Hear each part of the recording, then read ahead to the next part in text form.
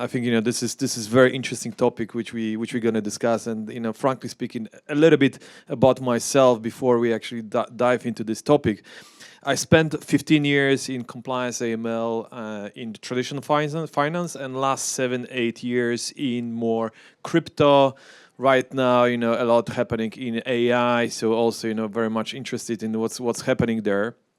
And I think the topic of important also to mention is that I was chairman of the Polish Compliance Association. So regulations are very close to my heart, and I see a lot of benefits, and I also earn a lot of money out of regulations. So, but at the same time, right now, and you know this very well, because we talk already before, that I am on the kind of on the edge of whether regulations are helping or not, and I think with the panelists right now, we're going to have really interesting conversation of, where we are with this and, what's going to happen and what's your view.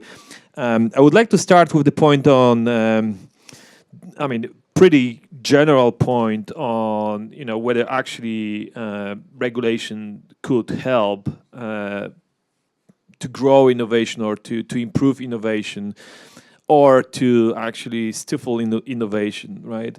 And just to throw there, I see a lot of benefits coming from regulations, but at the same time, I saw MiFID, which I think is one of the, which is Marketing Financial Instrument Directive in Europe, which I think was the killer of the financial market in Europe. So what's your view, starting from Katarzyna? Can you hear me? Hey. Thank you very much, and great to be here. I will add one point to my presentation. I'm also president of Swiss-Polish Blockchain Association. There is such organization with quite active in the space. And there will be another conference of September 4th also here. So please make notes and come over. And now shortly to the question about is it helpful, is it not, can it help?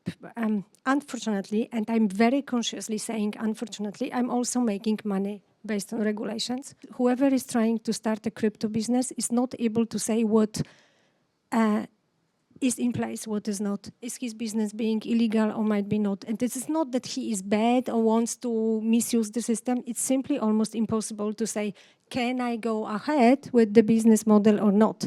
And when I see SEBA Bank, which has been incorporated in Switzerland some time ago, when we saw that 60% of the money which came from investors went for legal and regulatory issues, and they had to spend this money to figure out, can a bank hold assets like crypto assets? Is it fiat comparable to crypto payments? So we keep answering all of the questions every day. And as much as I am into let's regulate as little as possible based on the situations what we're having now, like shall a company onboarding a clients which only dealing with crypto and exchanging crypto, no interface to fiat, shall they do AML or not? Now it's clear they have. But take into account the experience, what I've made now the last 10 years, I would say, really following fintech, I would say, yes, the regulations are quite helpful. When we have especially for lawyers. But sure. I could keep making the money, advising them, writing 20 pages saying, listen, at the end, it's your decision. You need to make a decision because I am being a doctor-in-law admitted in few jurisdictions. I'm not able to tell you what exactly and definitely applies to your business. So, yes, in my opinion, regulations helpful.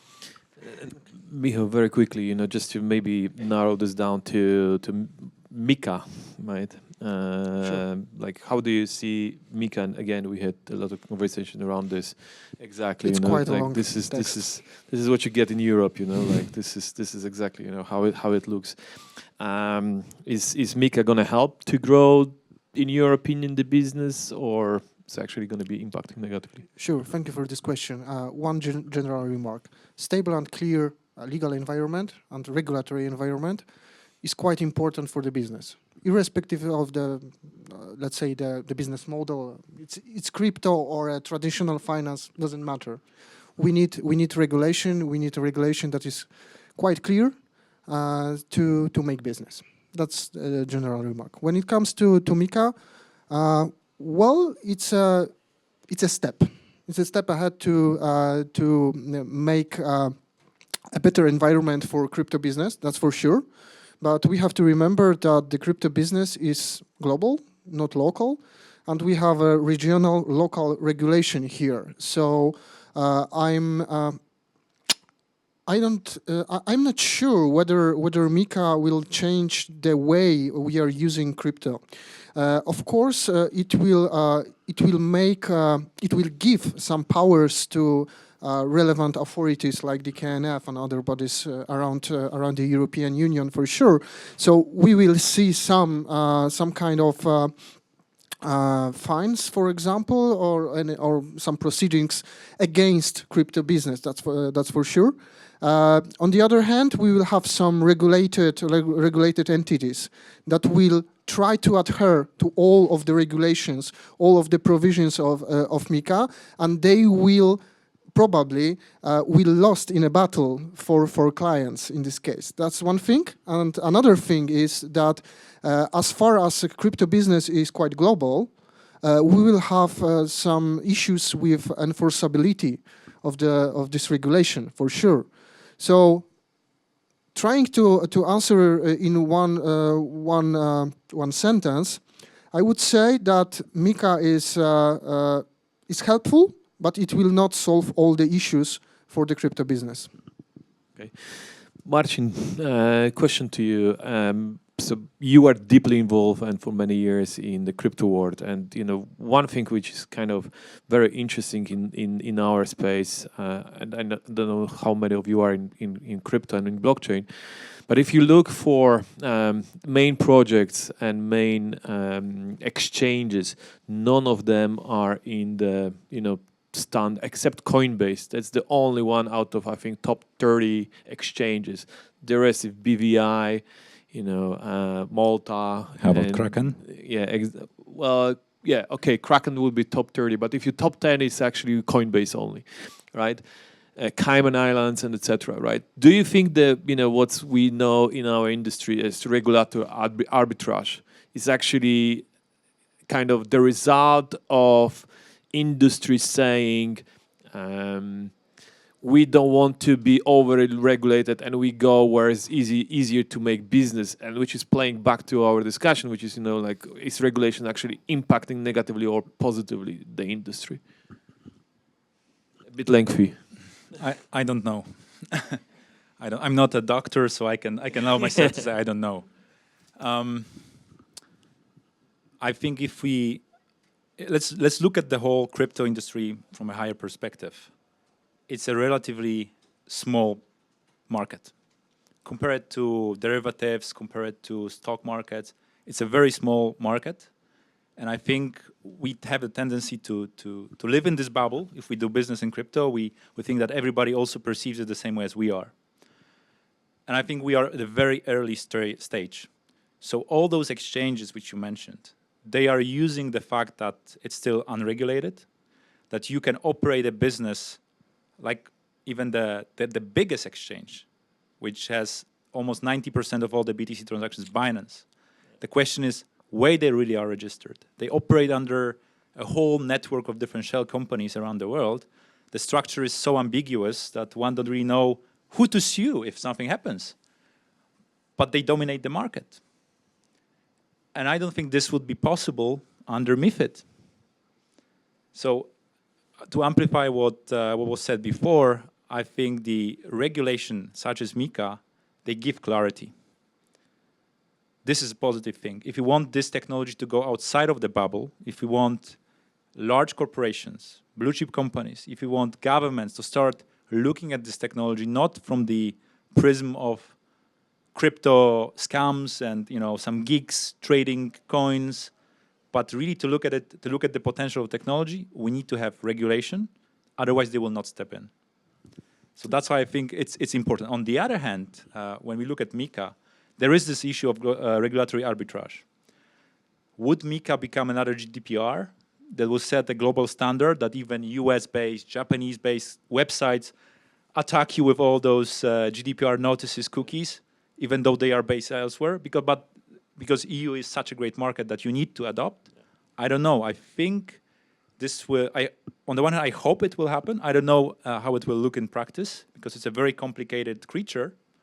But this will definitely accelerate other jurisdictions to go even further. And maybe one last comment. I know that what's been happening last years is there are literally whole trips of US policymakers that are addressing crypto and blockchain-related matters going to Europe to learn how to regulate. It's not the other way around. May I add something? Sure. Thank you. Go ahead, go ahead. Okay. Thank you. One thing, for example, when I'm reading MiCA, there are some quite interesting provisions that are addressed to traditional finance. For example, I'm not talking about investment banks that are having fun with some crypto business and things like that. Let's say about the traditional credit institutions. They will be able, based on the provisions of MiCA, to issue asset reference tokens. Which means that in the future, it might become, the crypto business might become a little bit more professional and to become more, let's say, open for other players as well. So there is a way, maybe it's a step to combine DeFi and also traditional finance. It might be one scenario, and I would really love to have this scenario actually. Yeah, just on this point, I think, the interesting part is, we love being rebels in crypto, right? And suddenly you're saying that, we just, creating playing ground so the big boys can come over, right? So that's an over. They're not going to bring innovation, that's for sure. They're going to actually stifle innovation, so that's the point, to play back on MiCA. I truly hope that MiCA will become the standards, and I truly hope for Poland that it will become financial fintech hub, because there is a huge potential. That could be a country where you can get your license and passport it to other countries, and I think there is a possibility. I'm speaking this as a lawyer who lives outside of Poland in a third country in relation to Poland. I live in Switzerland, where I advise for many Swiss companies this could be the way to get to European market, but we have to do it smartly, quickly, and in time, really. And there are many regulations which still need to be more clarified under MiCA. Let's say this asset reference tokens, does it cover stablecoin? Who is yes, who is not? You don't know when you read the definition. So, but yes, what you said, it will give the possibility to traditional finance to invest, because as for now, it's difficult for banks or investment funds to invest in crypto assets, as they only, by definition, can invest in securities which are known on the market or licensed, or be it bonds, be it shares, be it whatever. And another thing in relation to Marcin, what he said, that all of the companies were somewhere, BVI, wherever, I think there were regulations in place. Let's say Switzerland, the Swiss financial authority had already at the beginning said, if it looks like a duck, quacks like a duck, and swims like a duck, this is a duck. So if your token is payment token, you need to apply regulations related to banks. If your token is a bond or security, speaking about bond and 81 security issues with Credit Suisse, another story. But when we have some time, I can say a little bit about it. But if they are those economic functions, they were regulations. And funny enough, advising many startups coming to us, they would say, we want to apply the regulations, we want the regulations. Then I told them, what are the regulations, what you have to do? Not necessarily. I don't really have 10 million Swiss francs to create a bank and so far and so on. So I hope it will be a good instrument. Let's hope for it. Just one more thing. One addition to that. I have clients that are asking me whether we are able to help them to adhere to the regulations that will come into force in 1 or 2 years from now. They were asking also for being in compliance with the draft MiCA regulations. So it's not always about crypto rebels. Sometimes there are people that are using innovation technology. That's why we don't have big businesses in crypto in Poland, Okay. Except Aleph. But Aleph is in Switzerland. Yeah, Marcin, you want to add anything, or? Yes, just at bottom to what Kasia said. I agree that there was there were regulations in place concerning security tokens, right? If something fulfills the definition of a security token, that it is a security. But there are other types of tokens that were virtually not regulated, and there were people buying them, utility tokens, and no protection. Anybody could issue utility token. What protection? So I think these areas, they need to be clarified, because if you are a professional business, you're looking at this, and you have years of experience of doing real business, you're not treating the whole space seriously. You just feel like we need a certain level of clarity. And I know we are focusing right now on crypto, but blockchain is way broader than that. Yeah. And I think this conference is so special because we focus on everything else than crypto. Yeah. And in this, I wanted to finish is that what blockchain really is just a mean of storing data. It's just technology. And if you use it in medtech, the regulations applicable to medtech will apply. If you process personal data regulations will apply. So these sectoral laws are already in place. But we keep looking at blockchain as this something very special. It's just a technology.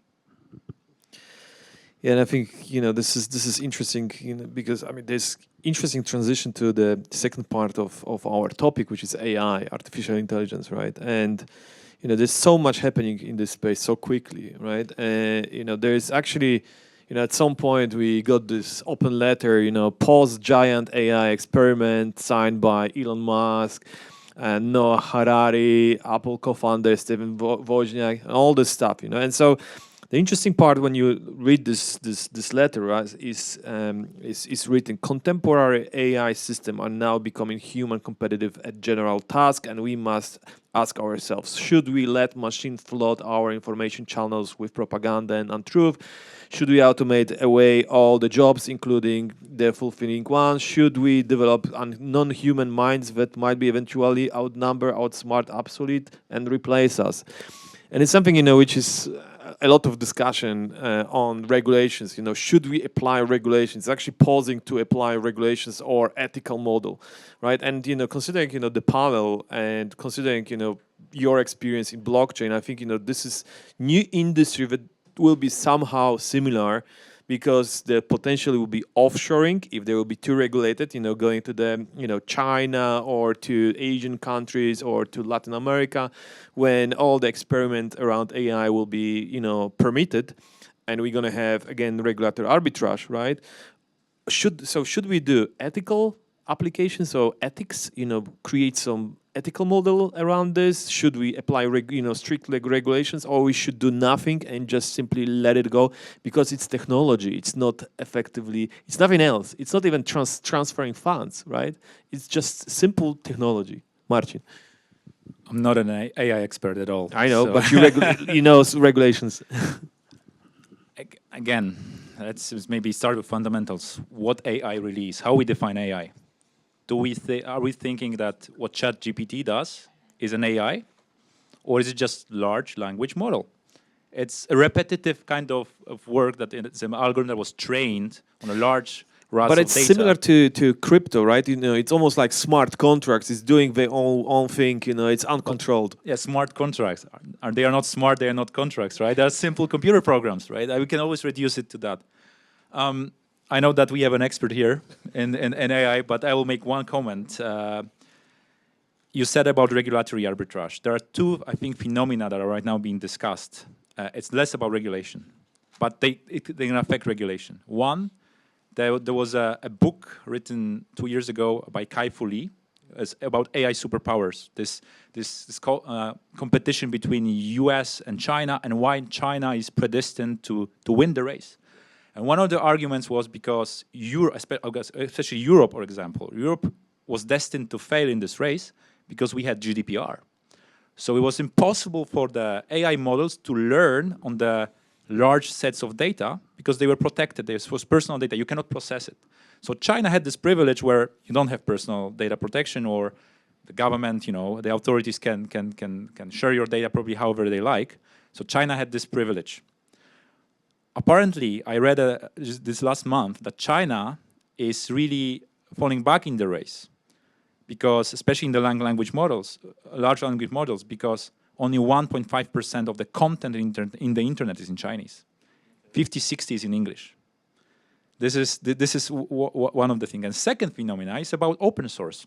So it costed approximately $100 million to train the ChatGPT by OpenAI. It costed them so much. Right now you have open source large language models algorithms that will, if you utilize them, it would cost you a couple $100s to achieve the same level of expertise that. And this, again, allows China to keep up.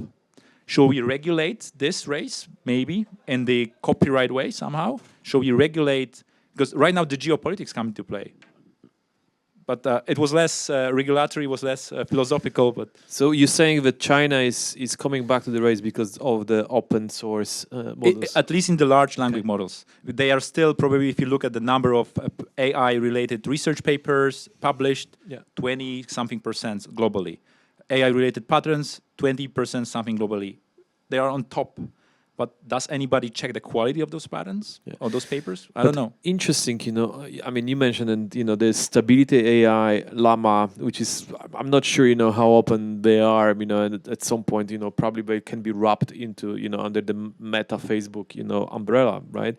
But even, considering that we have players who are centralized AI providers, right? BART, OpenAI, and then we have a couple of them which are open source, which is effectively there is no jurisdiction except internet being the jurisdiction for them. There's no jurisdiction who is managing this project. It's very similar to what's happening in crypto. Yeah. So Marcin, what's your view? I mean, where are we gonna see the next steps? Obviously, we have European regulations, which Paweł, my they name came up. is Michał. Michał. Yeah, sorry. No, just joking. Of course, we have so many issues here and so many questions to answer, and we don't have time for that. So I'm gonna focus on a few things, and to make it quick, I'm gonna read 2 or 3 titles of the provisions of the new AI Act, which were proposed a few weeks ago, actually. One is obligations of the provider of a foundational model, which is about the ChatGPT and related models. There is a quite extensive list of obligations. Another one is obligations of deployers of high-risk AI systems, which is for users in general. Another thing is the fundamental rights impact assessment for high-risk AI systems. And there is another Article 4A, which requires to implement artificial intelligence in an ethical way. There are some requirements for that, I mean, like the trustworthy AI and things like that. And the question here is whether we will be able to adhere to these rules. I'm pretty sure that we will not be able to do that, especially for these large language models. It's impossible right now to adhere to all the requirements here. Even this impact assessment, this human rights impact assessment, okay, the idea is quite good. We have to protect people, we have to protect human rights or the fundamental rights, but the thing is that we don't have tools for that. We don't have technical means for that. So in many places of the AI Act, you have to adhere to these rules, but taking into consideration the state of play or state of art for that. So it will be really, really difficult for authorities that will be also responsible for the supervision to enforce these rules. So it's the same. Yeah, of course. Yeah. And I think, I mean, that's what you say. It's very interesting because that's actually regulations which are creating uncertainty as opposed to certainty, which exactly. is, like whether we have rules, but they can create uncertainty more than certainty, which is killing the business, right? Uncertainty. Yeah. Well, I wanted to add something, but okay. No, I one thing what you just said about the ethical requirements. What is ethics? Is the same ethics? Do you have the same ethics? Like, is the ethics somebody living, let's say, in Kuwait, the same ethics. I think in Japan, Europe we're and going to so have far and so German on. ethics. Exactly. You know, come on, Might be. I don't know. It's just really open, and I totally understand what you're saying. That it's instead of creating clarity, it will bring us some other regulations. But I would like to come back a little bit to what AI is. Where are we at the moment? Nowhere. We at the moment when some computer software is able to read the language, but there are some deep learning. And at the end, what is AI is in the moment when software or algorithm is able to teach other software, not us teaching the software what you have to say, but they teach among each others, and then we really have the proper AI. But I think we still sometime, let's say, not there. One thing about how it is used. We had a case recently discussing. It is not real case, but let's assume there is a car using navigation system and going and running all the time in the same location on the street, just basically turning left. Why this is turning left that nobody is able to say why it's turning left? Let's assume it will be self-driving car. And this is what Marcin said. I'm coming now to the point. Because of the GDPR, we may have problem in Europe because we have data, private data when we collect, then we need to anonymize them or at least make them unreachable. So in order to figure out why this bloody car is turning left all the time, we would have to find out, was there somebody like a driver who was having issues? Was something there, but we can't access those data because they inaccessible or anonymized. So it's just an example. It might be many of them, but to achieve proper balance between how we use the data, protect them, it's a really huge challenge. But we have to address the issue because otherwise the AI will. As we've all probably heard about the case of Italy banning use of ChatGPT because of GDPR concerns. Well, Bard being banned in Europe. In some, yes, that's another thing. I know that Cambridge University doesn't allow students to use ChatGPT in their assessment. How they are going to check it, I don't know, but they just banned it.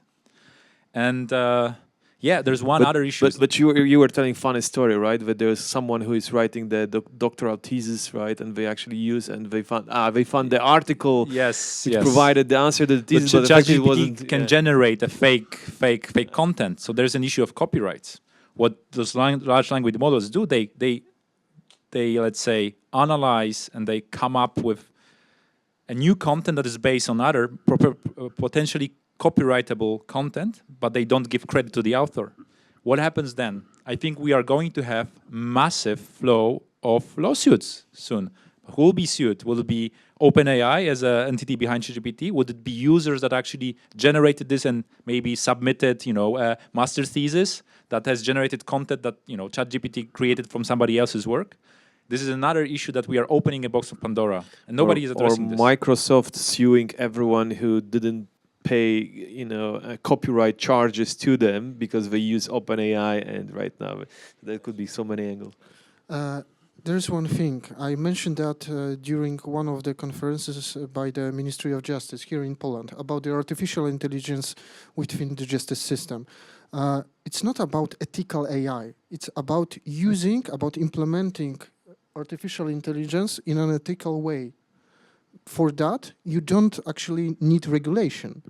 For that, you need some values, some norms that you want to adhere.